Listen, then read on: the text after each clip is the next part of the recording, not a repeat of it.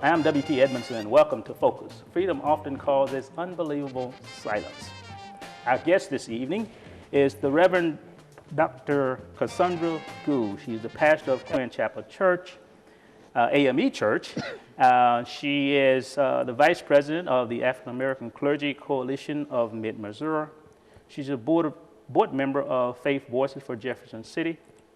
And she was recently appointed as the executive director of Missouri Faith Voices. Reverend Gould is formerly from St. Louis. And of course, being from St. Louis, she still has quite a few ties in that area. And as you recall, during the uprising there in Ferguson, Reverend Gould was very active and on the ground there in Ferguson, working with the young people as they did their demonstrations. She is very active also, not only in the state, but also nationally. She has been working with the national group there in Washington, D.C. concerning predatory lending.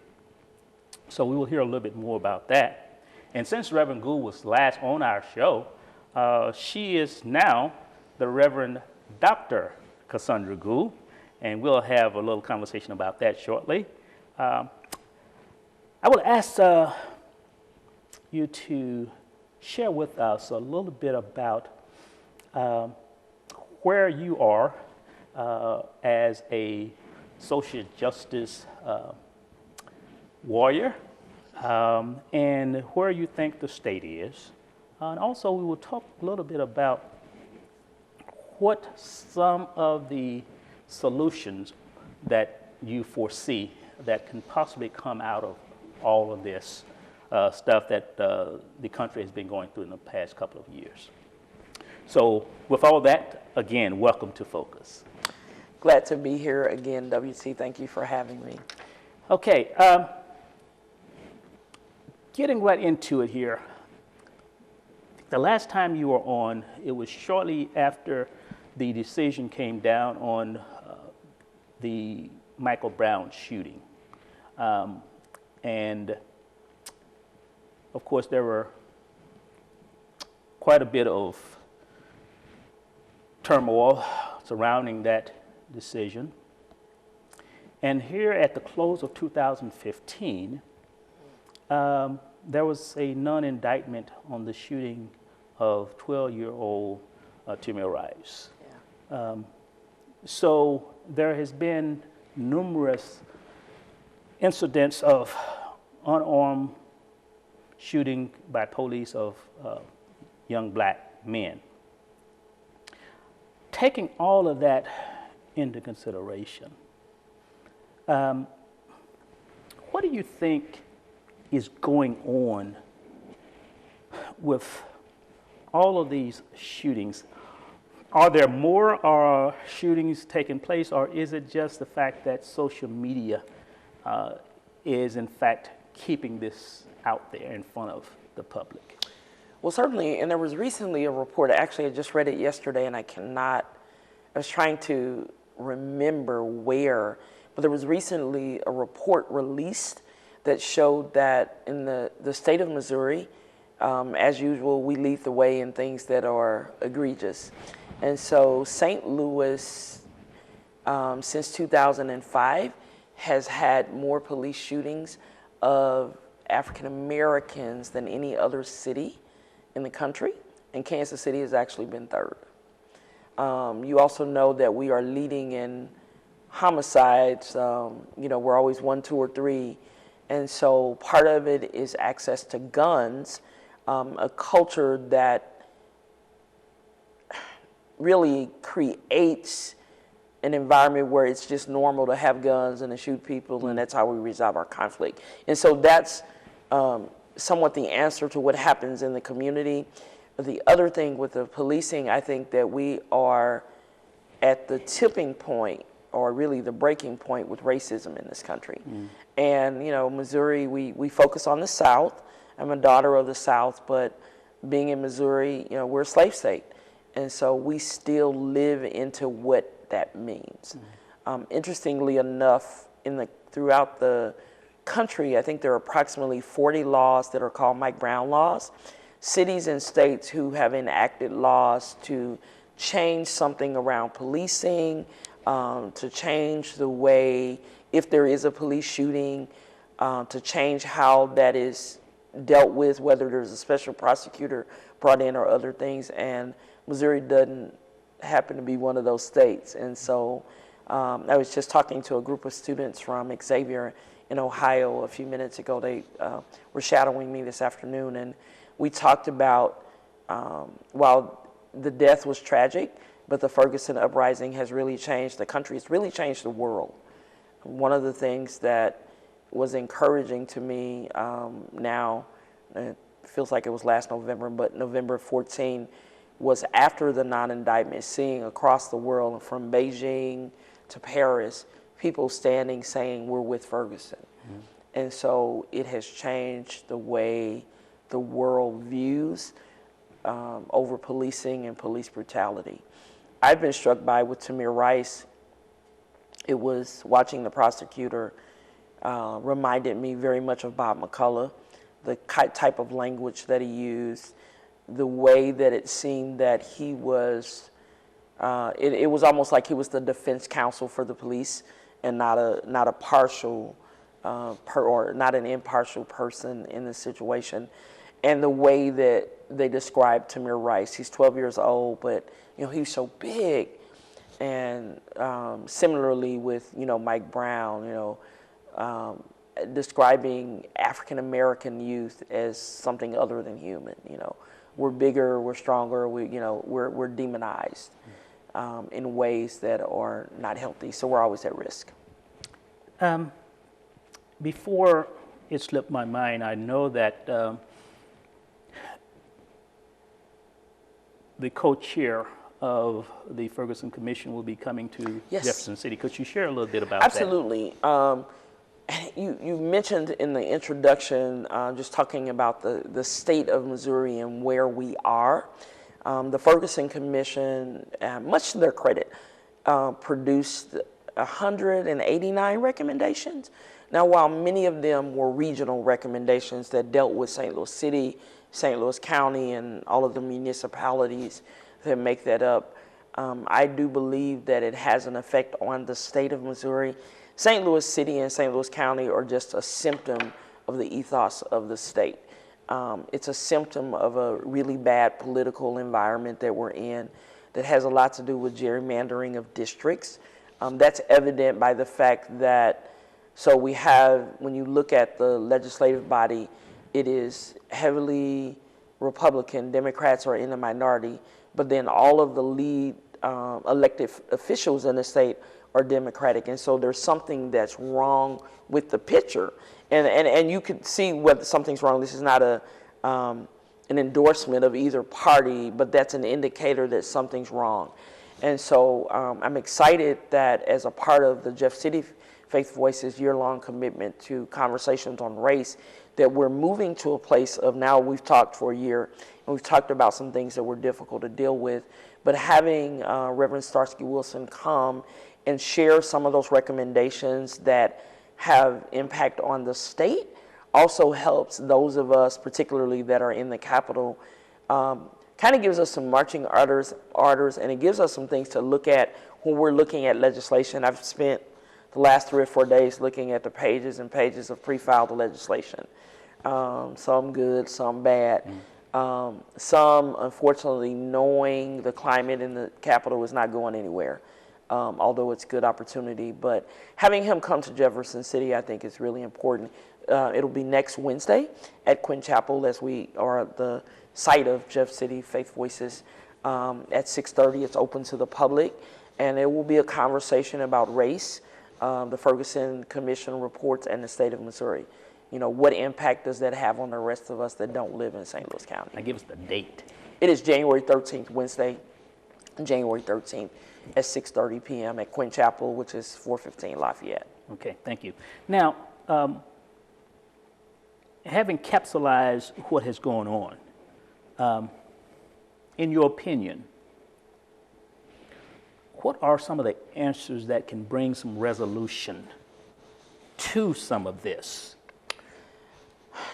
So racism is so insidious and so pervasive, not just in Missouri, but throughout the country. And so it really takes more than just some quick fix. It's going to take America really owning the sin of racism, owning why.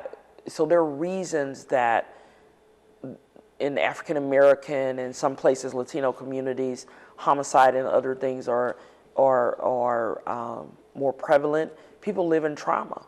And so you are traumatized by living conditions, by not having equal access to quality housing, health care, education.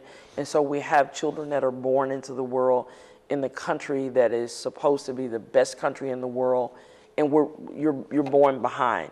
I remember being a kid and you race, and the smaller children, you allow them to get a head start. And so in America, being black in America means that you're already smaller unless you encounter a police. But instead of any type, and we're not even asking for a head start, we're just asking for an equal start, but we're way behind everybody else from the start. And so it really takes really owning that and dismantling some of the systems that we have. And that's from education to housing and et cetera. And until we're really ready to do that, I think we're just, blowing in the wind. As you know, most often than not, and I certainly the last 3 or 4 years on the first day opening session of legislative session, people get on buses and clergy from all over, we come and we rally. And this year the sentiment was, we're not showing up for your opening day because you're not really in covenant with the people that elected you, and you're not doing anything that really helps Missourians. And so a lot of it really takes changing the face of the legislator. Some of that there needs to be some ethics reform. Certainly there needs to be some campaign finance reform. Lobbyists shouldn't get to control what happens under the dome. But that's really what's happening now. And so it leaves all of the little people out. Thinking about once you're in the midst of a battle, it's too late to strategize. Absolutely. Okay, and you're in the midst of the battle. What has Missouri Faith Voices been doing in an attempt to be ready for the battle and not simply in the battle? And so I think there are times like Ferguson required, as I said, meeting with the students and a couple of other activists who were on the ground in Ferguson. We talked about nothing prepares you. One student said, so how'd you get trained? How'd you know about how to protect yourself from tear gas? Well, once you get tear gas, you're like, what do I do? What happens next? And so some of it was very much in the moment, but I think coming out of those moments, organizations like Missouri Faith Voices, we've sat down. So we have not at this point gone through a current strategic planning process, but we have sat down and re-examined what our values are. Who are we now? What does it mean to be the social justice faith voice of this state and post-Ferguson? Like, what do we do? And so I think that we have been very intentional about looking at really attempting to project what could happen over the next year and maybe the next 2 years, and preparing ourselves internally so that we can be prepared for that. And some of that is about base building. I'm excited.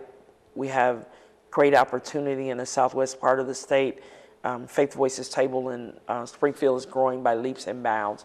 And so really being able to listen to what some of the people on the ground, we had a huge payday event in Springfield, listening to the people that are actually affected by the pain.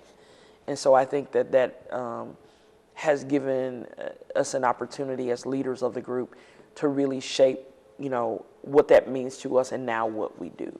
And so we're not necessarily reacting. Even when we talk about like showing up on the first day of session, in many ways over the last couple of years, we're reacting. So there's no Medicaid expansion. They're not expanding it. We have to show up. We have to show up because this way they'll put it on their agenda from the beginning. And so it was reacting. And I think now collectively organizations across the state are saying, you know what, we're going to be a little more strategic than that.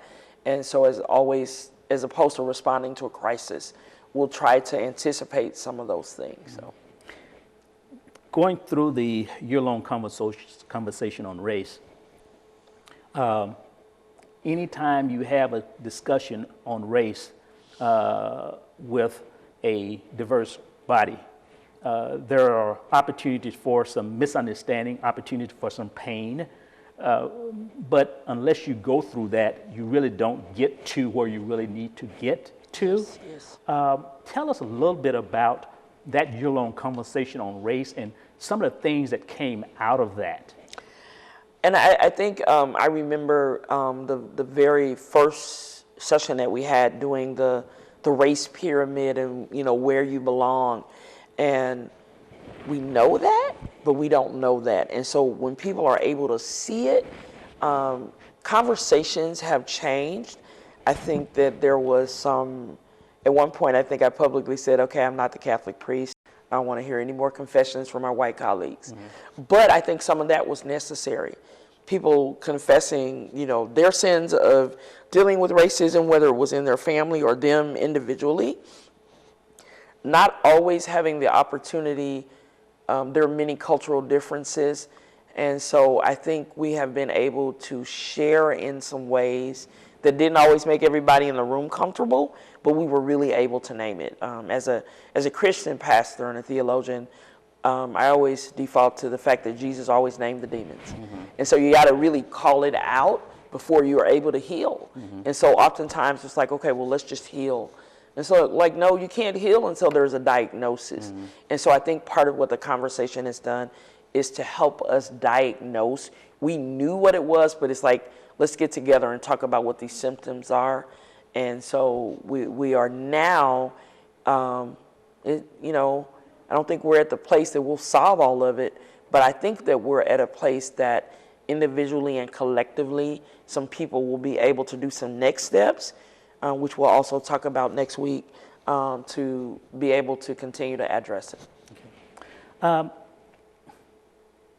Looking at the citizenry of the state of Missouri, really the entire country, the everyday Joe, the everyday Sue, what do you see they can do differently to begin to address the issue of race and the disparity where they live every day? I have a few friends from seminary, white friends, and one of them, Reverend Katie Hawker, she has this, she calls it hashtag white folk work. Mm. And so I think that part of that, when we start looking at racism, is so steeped in white supremacy as well as privilege. And so if I stand in front of the room and if I say, okay, to my colleagues, you all have been benefactors of white privilege. And so if you know me and you have a relationship with me, you accept that, but there's still an element of being preached to. But when someone who also is a benefactor of privilege stands in front of the room and says it, we're having this family talk. Mm-hmm. And so what I think part of what has to happen is that there have to be more family talks. One of the things that I'm suggesting to the faith communities locally is that churches, particularly white churches, will actually commit to going through like a 3-month process internally of dealing with issues of race, of privilege, of white supremacy, of actually talking about ways in which they have either perpetuated it, and sometimes we perpetuate not by our direct actions, but by our silence. Like, what have you noticed? What have you seen? When we talk about like police brutality, all cops are not bad, but why aren't the good cops like saying something to the bad cops? Mm-hmm. And I think the same thing has happened with racism. Why aren't those who know better actually helping? Because it's your brothers and your sisters and your cousins and your grandparents and your mom and dad and your children that are actually involved in these things. So why aren't those who know better actually, as my grandmother would say, pulling the coattail of others and really calling it out? Mm-hmm. And so I really think that is really the next phase. And so once we're able to really start to do that, then we can actually cross-culture. It's kind of like, crossing the other side of the aisle and be in real conversation with each other. When you know better, you do better. You should. And you encourage others to do better. Yeah. The Governor's Ferguson Commission, after they released their report, have you heard anything coming out of the governor's office relative to that report? Yeah, just some, what I would call rhetoric, rhetoric. Nothing, no kind of executive orders or nothing, that says, hey, this is what we're going to do. I'm going to make sure that this is done on my watch. I haven't heard any of that. Just kind of the normal attaboys, the commission did what it was supposed to do. Some of the pre-filed bills in the legislative body have dealt with some of the things that came out of the Ferguson Commission. I think that in the city of Columbia, and this is indirectly related, somewhat related to the Ferguson report, but also to the AG's report, there at least is conversation around a task force on policing, because when the AG released this report, Columbia did not fare well. In fact, being African American in Columbia 4 times is likely to be stopped. And so I do see some ripple effects across the state. Let's take a break. We'll be right back. We're going to come back and we're going to talk about Black Lives Matter. Okay, awesome. Okay. Time check. What time?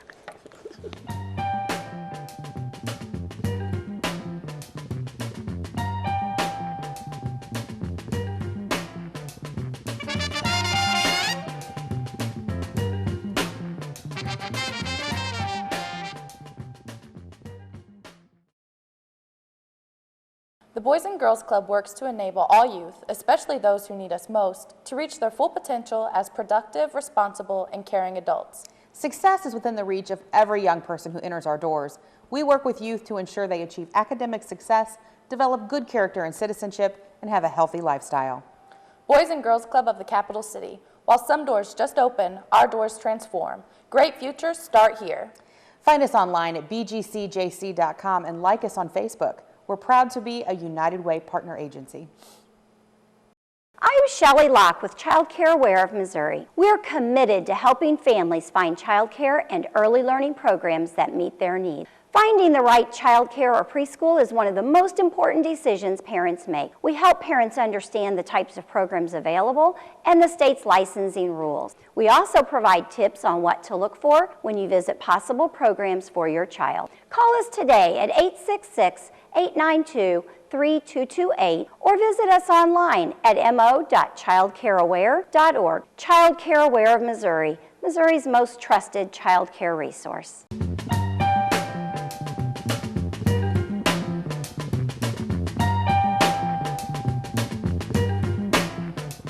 Welcome back. We are talking with Rev Dr Cassandra Gould. She's the pastor of Quinn Chapel AME Church, and she's also the executive director of Missouri Faith Voices. Getting back into it, we've talked about what went on in Ferguson.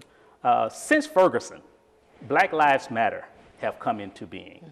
Tell us a little bit about Black Lives Matter. And Black Lives Matter is, and you're right, it is a result of Ferguson.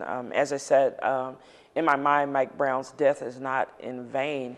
Black Lives Matter is a movement more than it is an entity.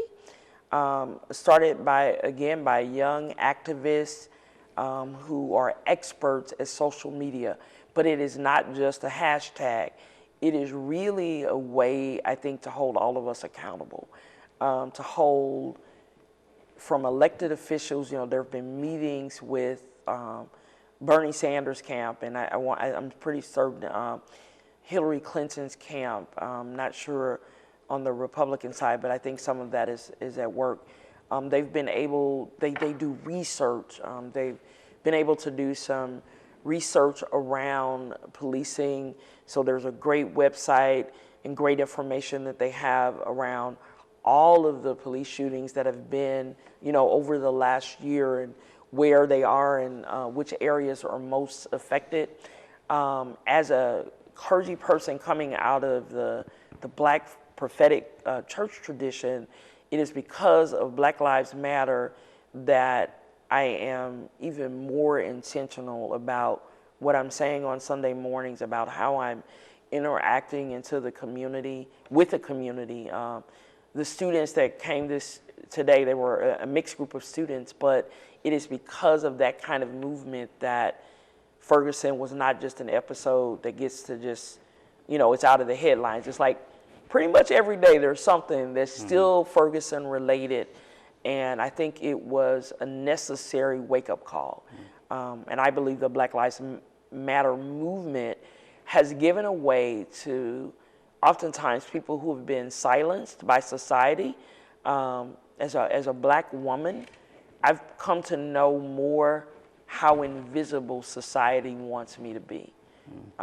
Even when you look at statistics, whether it's police brutality, it's Black men. It compares Black men to white men, and oftentimes like Black women are nowhere. And so Black Lives Matter movement is a movement that started by Black women. And so it allows some of the most marginalized people, whether they're people who identify with GLBTQ or just being a Black person, a Black female, it allows some of the most marginalized people to have voices. We can't talk about Black Lives Matter. We can't talk about Ferguson. We can't talk about Cleveland, Ohio, without talking about the criminal justice system. Absolutely. When we think about the criminal justice system, there are some apparent systemic issues that is woven into the criminal justice system. Thinking about when they start targeting young kids in grade school to say whether or not they're going to have to build more prisons, there's something systemically wrong about that issue. Instead of saying how we need to redirect, reinvent our educational system, they're talking about how we're going to build more prisons. Right. Talk a little bit about the systemic racism tied within the criminal justice system as you see it. And I know I've heard you talk about the book, so I know you know Michelle Alexander's work on the new Jim Crow. And so the new Jim Crow is this pipeline to prison that takes third grade reading scores and free lunch statistics, and they decide, they can project how many more beds they'll need in prison. Not how many more classrooms Lincoln will need or how many more colleges we need to build, but how many more beds we'll need in prison. And so there is an intentionality. In many states, Missouri actually doesn't happen to be one of those, but in many states, prisons are privatized, which means someone has a business of building and running prisons. Prisoners provide free labor to corporations like Walmart and other corporations. And so there is an intentionality of having people become a part of the criminal justice system. And it is very steeped in racism. And so an African-American, I've really been watching juvenile sentencing.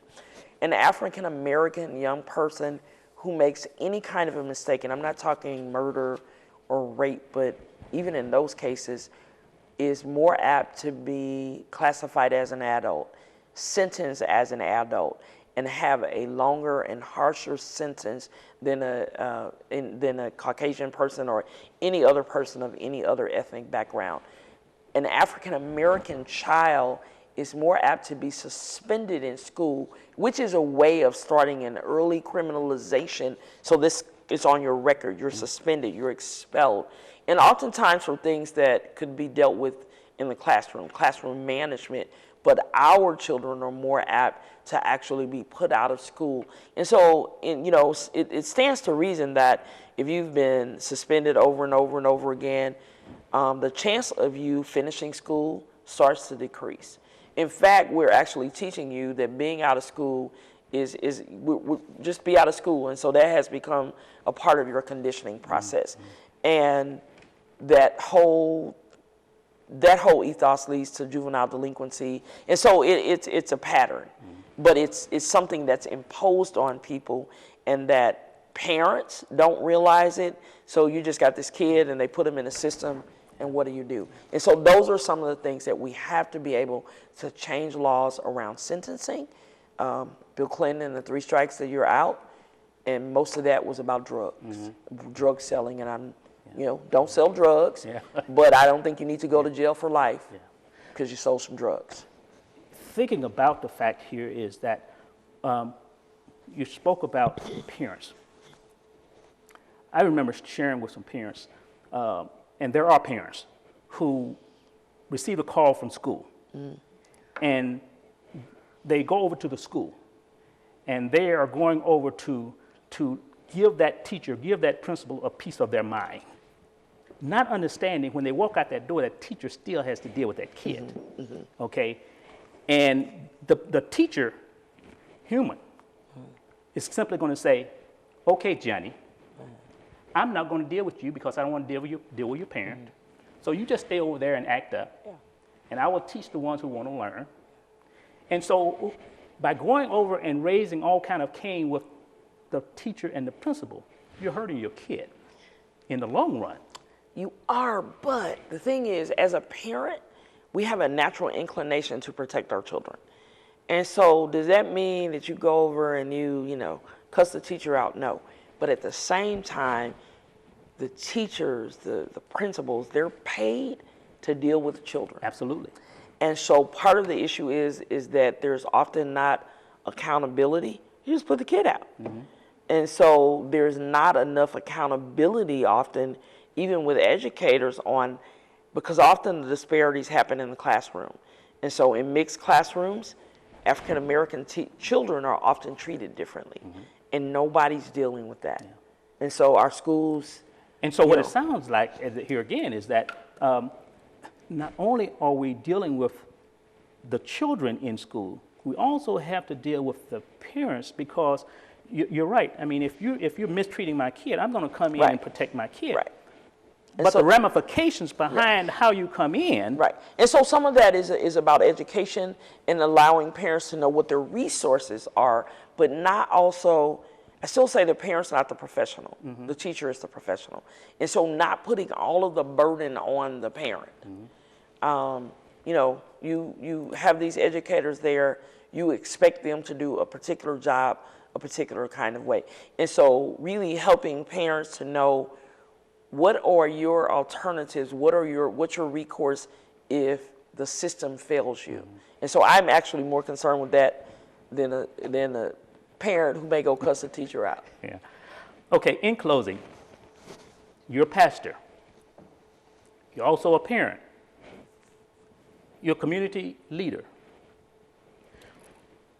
What should pastors, churches, community leaders be saying to our young people in preparing them for what they're stepping into as they get older? We could do a whole nother show on what pastors and churches should be saying. So I think that there is a role of preparing students. When we talk about police brutality, my thing is get home alive, and then we're going to go fight. But I don't need you to fight. Just you get home alive. And so, comply, and then allow the people who are more equipped to deal with whatever the situation is at hand. But also, I think we should be telling the truth and making sure their eyes are wide open. And, it's a sad world where you have to tell young black girls and young black boys to be aware and to be afraid. But reality is that's really kind of where we are. I think pastors have a higher role to actually holding elected officials accountable and making sure that we are not acquiescing and trying to make sure that we get the ticket to the next bad chicken dinner, and that we're not being bought, in those kinds of ways. Well, Reverend Gould, we thank you for your dedication, first of all, and we thank you for coming and sharing a little bit about what has been going on in the state, as well as here in Jefferson City. In closing, again, share with us the upcoming event on the 13th. Yeah. On Wednesday, January 13th at 6:30 p.m. at Quinn Chapel, 415 Lafayette, Jeff City Faith Voices is hosting the co-chair of the Ferguson Commission, Reverend Starsky Wilson. Kind of I don't want to call it a closeout to the conversations on race, but it's kind of it's a commencement into the next phase. You know, what do we do after we've talked? And we're calling it, where do we go from here? Race, the state of Missouri, and the Ferguson Commission. And so Ferguson has had an impact on the entire state. We'd love to see people from the public come and help us to figure out where we go from here. Okay. Thank you very much. Thank you. Well, you've been listening to Rev Dr Cassandra Gould, pastor of Quinn Chapel AME Church here in Jefferson City, sharing with us some of the things that has been going on in the state of Missouri relative to social justice issues. So we hope that you will take the time to come out on the 13th at Quinn Chapel to learn a little bit more about what some of the solutions may be from Reverend Starsky Wilson. Well, we'll see you next time. God bless.